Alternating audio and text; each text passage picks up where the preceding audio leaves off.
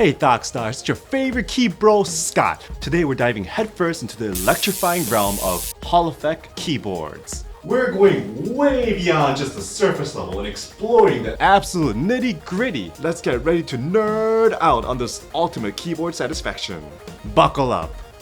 Have you ever wondered if you ask AI to write you a YouTube script, how that would sound like? Exactly that. Yeah, let's move on. Welcome back to the channel, guys. This is Scott K. We're not quite there to rely solely on technology to help me with scripts, but we are definitely seeing more Hall effect keyboards enter the market. Yes, today we're going to pit a bunch of different HE keyboards against each other and against the reigning champ out there. I think everyone knows Wooting, and see if indeed Wooting is still the best option out there for HE keyboards. Although HE keyboards are mainly known for their gaming advantage, right? I do also want to consider them for daily usage. For many people, they only have one keyboard. I mean, they're still keyboards at the end of the day, right? Even the gaming ones. Well, take a look at the overall design, their typing sound, the feel, their features, and yes, obviously their gaming ability as well.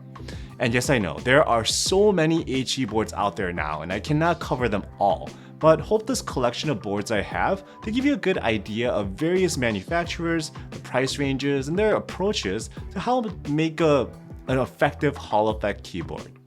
We're going to look at obviously the quintessential Wooting 60HE, the enthusiast level Meletrix Boog75, the more mainstream Keychron Q1 HE, and the more budget-oriented Melgeek Cyber 1.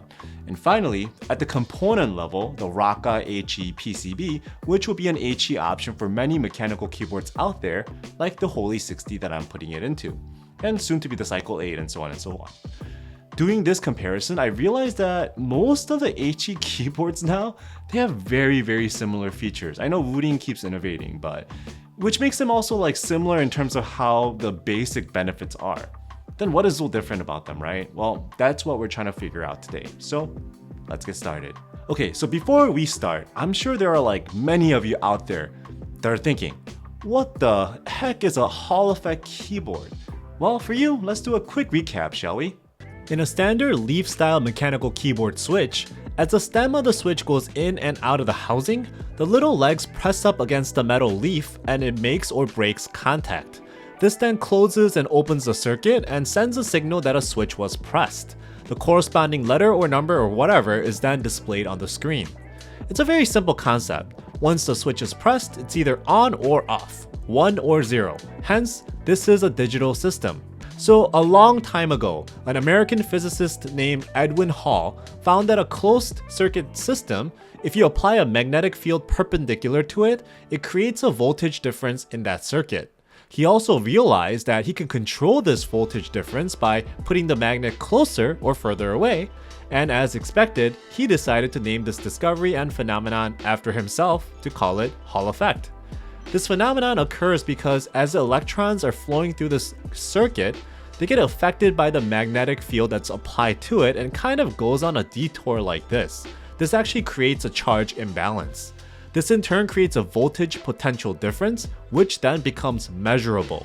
If you think that the keyboard PCB is a closed circuit system, then as the switch is pressed and this magnet is now getting close to the circuit and creating a voltage differential, the keyboard can then recognize this as a key press.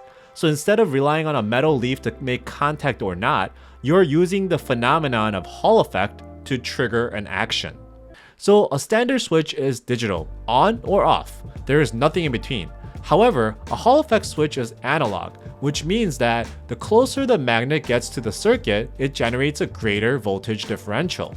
So what this means is that there is a resolution to each key press. Imagine now, you can actually measure how much the switch is pressed, bottoming out at 100%, halfway down at 50%, or just a tap at 10%. It can measure it all and see it differently. The best example of this is if you look at something like a PS5 controller. The joystick can pick up whether you have it all the way to one side or halfway down or anything in between. This gives you the ability to be very precise in your movements.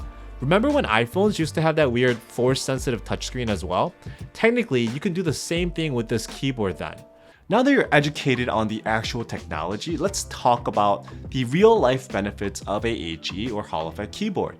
Apparently, many of the benefits are around gaming right now, so we will focus on that mainly. Alright, as mentioned in the educational clip before, we know that the Hall effect switches, they kind of allow for almost infinite levels of analog key press resolution. So one gaming genre this can actually help a lot in my opinion, is racing games. If you're playing something like Forza with the keyboard, if you press the key to like accelerate, that's like 100% acceleration. Likewise, if you press the key to brake, that's like slamming down on the brakes. There's really no in between, right? You're either fully in or fully out. Same thing with steering. A key will equal maximum steering angle in either direction, lock to lock. This is where Hall effect keyboards come into play. A Hall effect switch is analog, which means that it can read the amount of key press, not just whether the key is either on or off, which is very digital, right? 1 or 0. Instead of like 0%, 100%, you can get everything in between, which allows for this more realistic input, as you can see here. This does wonders for games such as this. Now, moving on to another very popular genre of gaming, right? Probably the most for this kind of keyboard, FPS or first-person shooters. This kind of game, you're looking for both quick inputs as well as the ability to spam multiple inputs in the shortest amount of time. The quickness portion, I think you could pretty much guess why that's important. Like when you're running around like the stage, trying to shoot someone before they shoot you, every little bit of time, a millisecond difference, it's gonna determine who's gonna live and who's gonna die. Plus, there are like techniques in these games like peeking or counter strafing that require precision as well as quick inputs to successfully carry out. For that, let's take a look at the Hall effect advantage, right? Definitely is there. Through each of their own software, all 5 of these Hall effect keyboards have the ability to kind of like set your own trigger distance, right? At what point or how soon the keyboard detects a key press as an input. Many can be set from like something as small as 0.1 millimeter, like blow on it, it'll work, like literally, all the way to like 4 millimeters, essentially bottoming out, right? So what happens if you make the press detection as early as possible like that? Well, take a look at this table. This is a real-life reaction speed test of me reacting to a prompt and slamming down a key. So I compare like the 5 different HE keyboards against a recent very solid MX switch variant, which was a Cycle 8. The Cycle 8 was fitted with a quick linear switch and is no slouch in this. However, you can easily see that when you have an HE board at the shortest trigger distance, a standard MX switch just really cannot compete against that. Pretty much all of the HE boards here had very similar results, given that the limit was actually probably with me as the inputter versus what the keyboard could actually pull off. I'm sure them all having at least 1000 Hz polling rate also, it helped. Like it helped to keep everything speedy, so that was kind of, not really the case. So this little study pretty much showed that an HE keyboard on the fastest trigger settings can improve your input speed probably around 10 to 15% or so, which is actually pretty critical for very fast-paced games. On a side note, the one caveat was actually with Keychron. For some reason, if you set the Keychron at max sensitivity or like the shortest trigger actuation distance, it has a tendency to like auto press. In my opinion, it may have something to do with the heavier keycaps that Keychron uses, or maybe something's, with mine, but it did get annoying, so I had to dial it back a little bit to prevent it from doing that. Hence why it was probably slightly slower than the others. Not really much of a big difference though. Something to keep in mind. So we know that HE keyboards are fast. What about in-game performance, right? Well, this is where like features like the rapid trigger and stuff like that comes into play. If you recall, a standard MX switch needs to physically actuate a leaf, like a metal-to-metal touch, to register a key press, which means that the leaf needs to reset and then reactuate, which all takes time. Plus, there's this whole thing about debounce delay to prevent like leaf accidentally bouncing against the contact, which I'm not gonna get into today.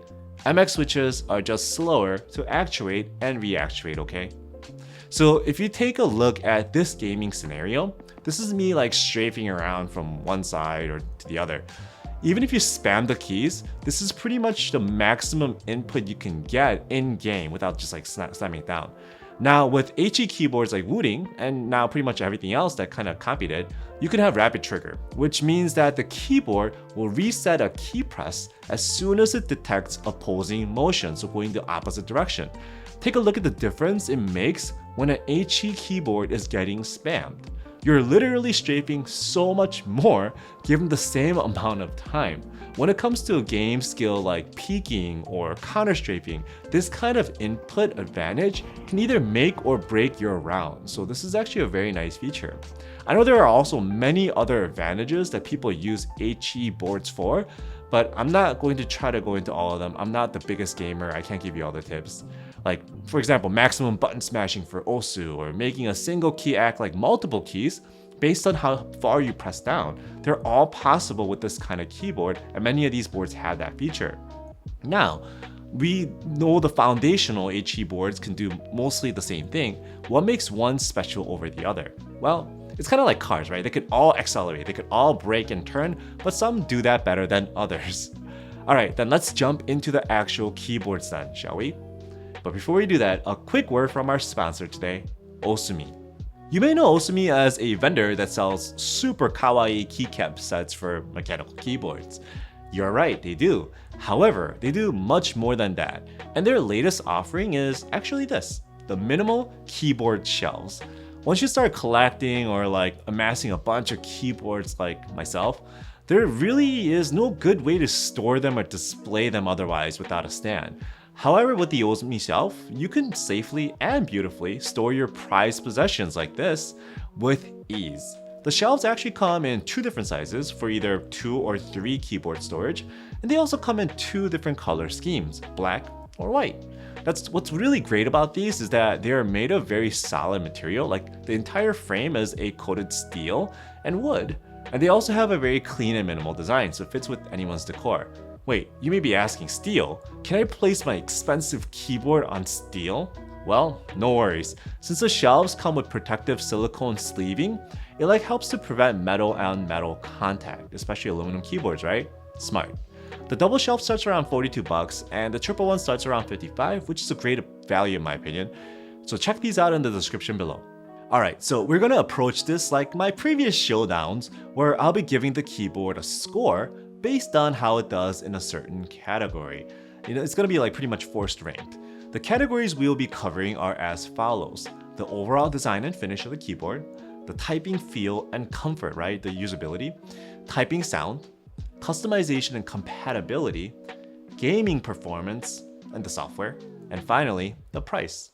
Similar to how I did this before, I'll be giving these keyboards a score from 1 through 5, which is essentially a forced ranking as I mentioned before between each other, so no one's gonna have the same score. At the end of it all, the highest score will win, but at the end it could tie. Before we start to give scores to things, let me preface it with this. At this point in time, HE keyboards, in my opinion, how the switches are made, all sound pretty subpar versus their MX mechanical variants. There, I said it. I would actually go as far to say that overall sounds of HE keyboards is not good. It's kind of bad, at least in my opinion. Plasticky, cheap, light.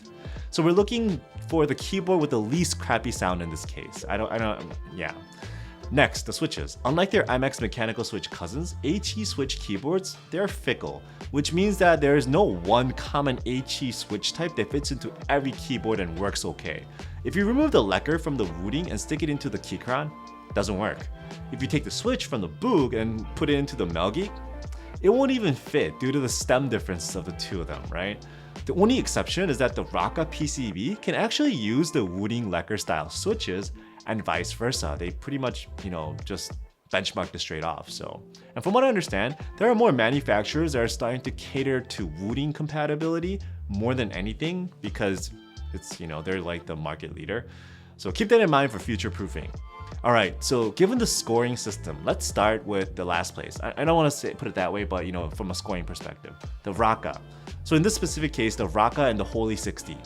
I know that the Rakka PCB will vary greatly in score depending on what case you put it in, so I try my best to be as objective as possible here. So as of right now, I have the Holy 60 as one of the only options to see this in full glory, so that's why it's in there. Let me say this, Rakka got the lowest score, but remember, this is against peers, so it's a very relative scoring system, not an absolute. So what happened with the Rakka and the Holy 60? Well, let's start out with its strengths. That design. It's like the most eye-catching thing ever on anyone's desk. I can't even imagine the manufacturing challenge for making something like that.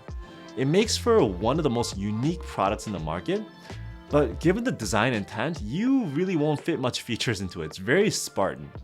Next, the Rakka PCB development team, they closely benchmarked Wooting because how it uses similar switches as the Wooting, the lacquer switches, as well as the level of intense customization abilities of the software, they absolutely had gaming in mind. While the software is not as refined as Wootility is, it actually excels even more in some areas, like allowing for ultra micro adjustments of the HE switch, like this. All in all, I had a great experience customizing the Rakka and playing games on it as well. However, if you decide to go with the Rakka and the Holy 60 case, you're gonna pay for it. Definitely on the higher end of the pricing spectrum here, around $220, which feels very odd given the lack of material, but it is what it is. Plus, this lack of material also makes the Rakka and Holy 60 sound pretty thin.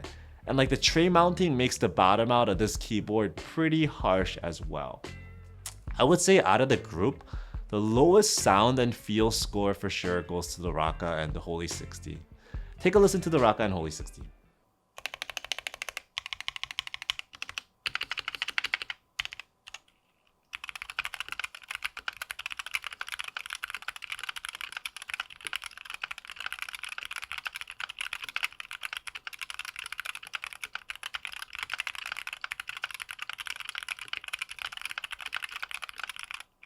Alright, next up is actually a tie. So let me start with the Melgeek Cyber 1.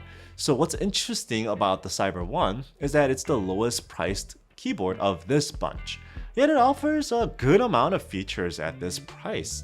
It's a mid-range performer that does most things pretty well, but just not the best. For the price though, I don't think you can really go wrong with this keyboard, especially given its form factor as well.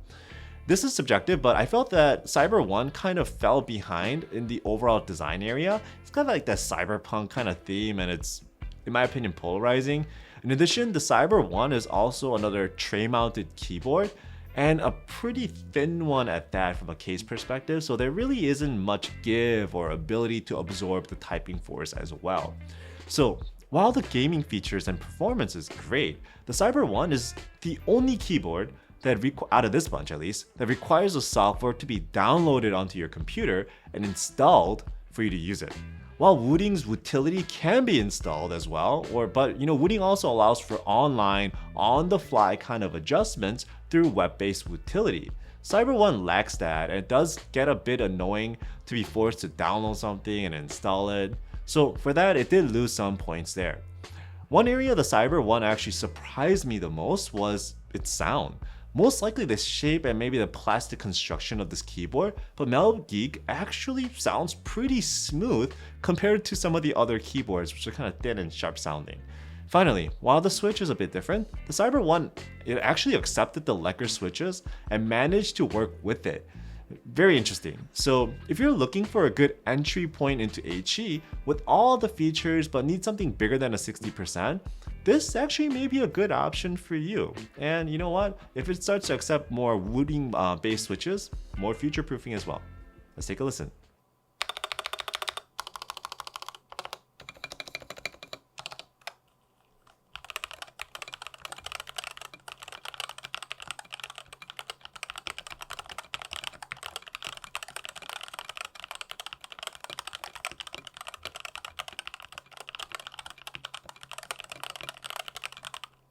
Alright, so tied with the Cyber 1 is the Meletrix Boog75.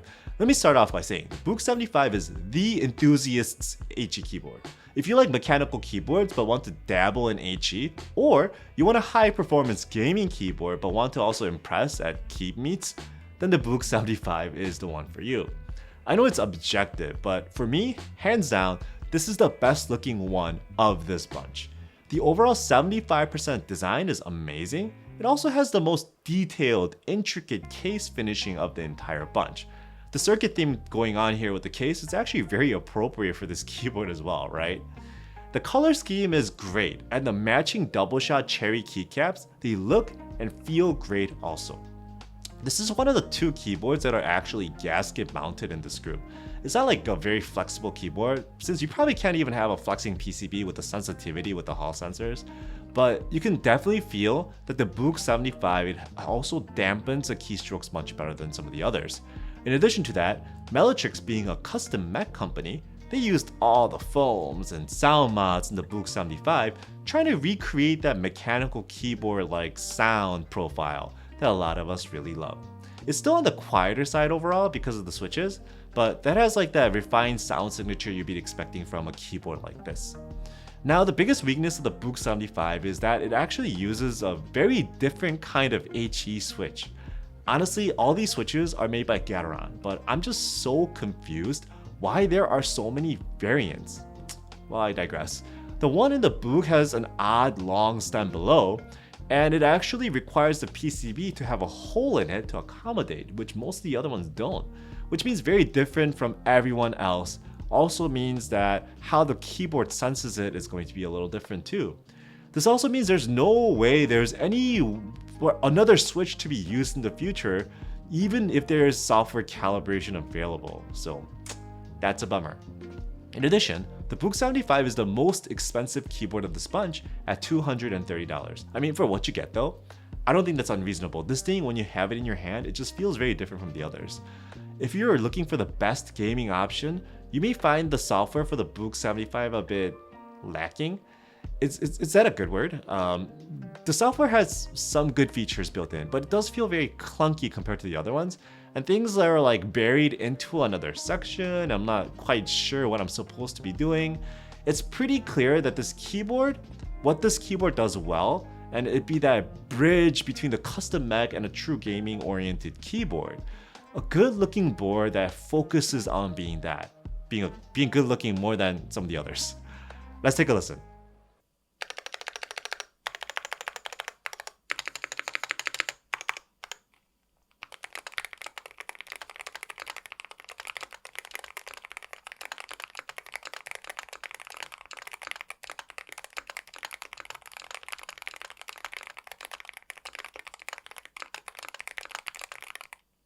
Alright, let's move on to the final 2 now, right? Coming in at the second highest score is the Keychron Q1 HE. So Keychrons are great at being a good keyboard without much fuss, right? And the Q1 HE is the same. It's readily available, it's expensive but not unreasonable, has all the features most people are looking for, and overall comes in a very palatable by most kind of design. Plus, this is the only keyboard of this entire group that also offers wireless function, which may or may not be important to you, since if you're seriously gaming, you're probably not going to be using the wireless, but if you're using it for other purposes, hey, you know what? It's a good feature. Also the only keyboard with a knob. If that matters to you, it has some of these features that the other ones don't. So where the Keychron excels versus the rest is, in my opinion, the feel. So this is one of the 2 keyboards, like I mentioned before, that's gasket mounted, but at the same time, it definitely feels a little bit more, it has a little bit more give versus the Boog75. The combination of that and all the foams, the Q1 HE, does have a very nice dampened feel, especially when you're regularly using it to type. Perhaps the heavy fat keycaps also work in its favor, but what is interesting though is that beyond that, the Q1 HE is literally the middle of the pack performer. It does everything pretty much well without standing out in any way. So maybe that's what you want. It looks like an office keyboard kind of, right? While the feel is definitely a strong suit, the sound is kind of meh. Not the worst, but it actually sounds like how it feels, like more dampened and quiet. Perhaps it may sound different with the set of cherry keycaps, but the stock setting is very okay. The Q1 HE also is one of these keyboards that uses a different kind of Keychron magnetic switch.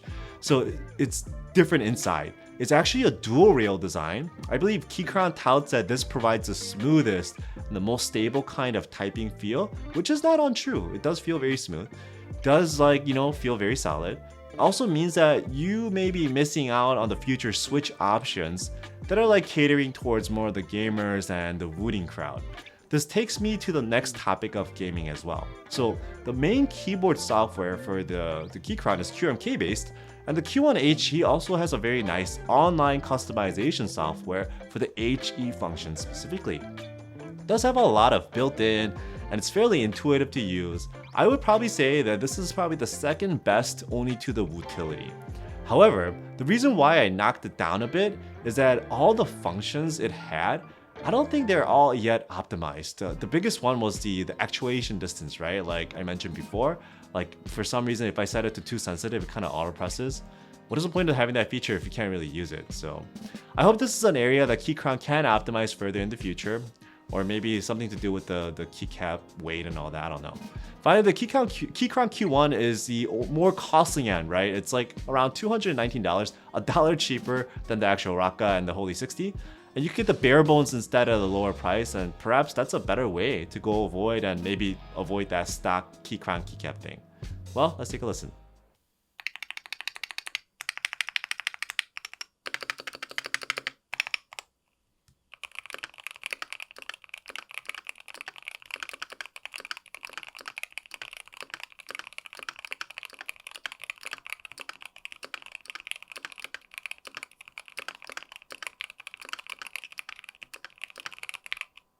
Alright, now it leaves us to the champ of this comparison, the Wooting 60 HE.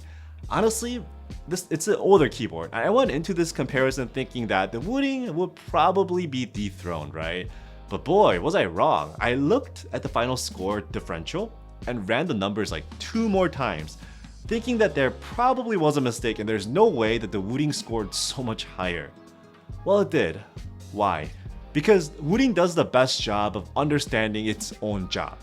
Build the best gaming keyboard, make it be approachable, and provide the best support around it. Yeah, that's the 60 HE. So I upgraded mine with the Alumaze case, right, to make it a little bit more premium. You can get it with, and it comes in around $175, which is a much more reasonable price too, which is just second to the Cyber 1 in this situation. When I said it, that it knows exactly what it's for, that's gaming. The Wooting 60 HE was designed for gaming, and it does that very well. While the hardware itself may not be that different from some of the others, the fact that you are one of the first and the most prominent, most other companies will kind of work around you. Hence why there are more switch options coming out for the utility compatibility or Wooting compatibility more than like some of the other keyboards. It's the benchmark now. When it comes to HE keyboards, honestly, they all have very similar basic functions, right? You got like the quick response and the adjustability and the rapid trigger, single key customization. But guess where most of these features came from? Yeah, Wooting. And Wooting's utility helps you take advantage of those features the best, in my opinion, hands down. You can download it and install it to your computer, or you could just use it from the website, which is very easy. Either or, it's the most intuitive, the easiest to understand, and also employ out of them all like very well.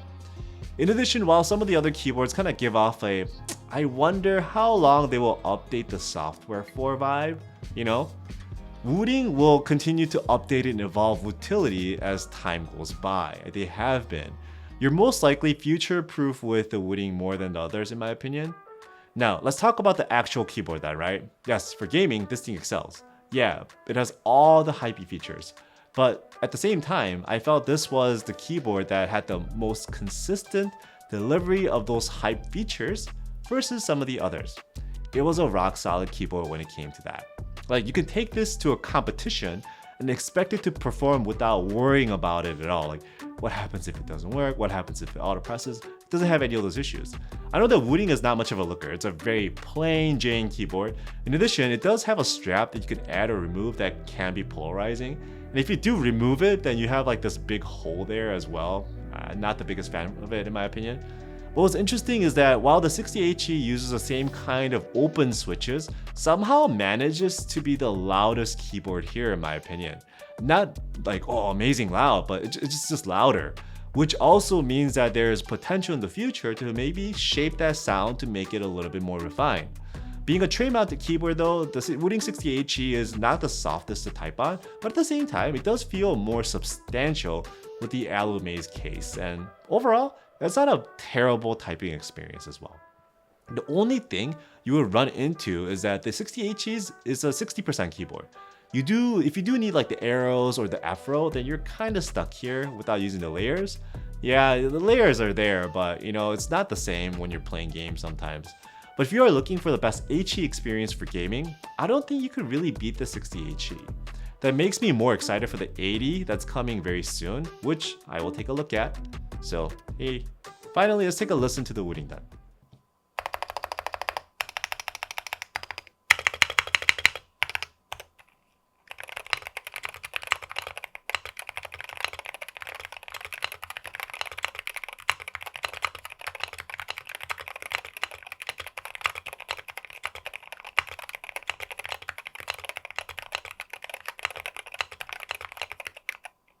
Alright, so that pretty much sums up what I found out about these various HE keyboards I have today.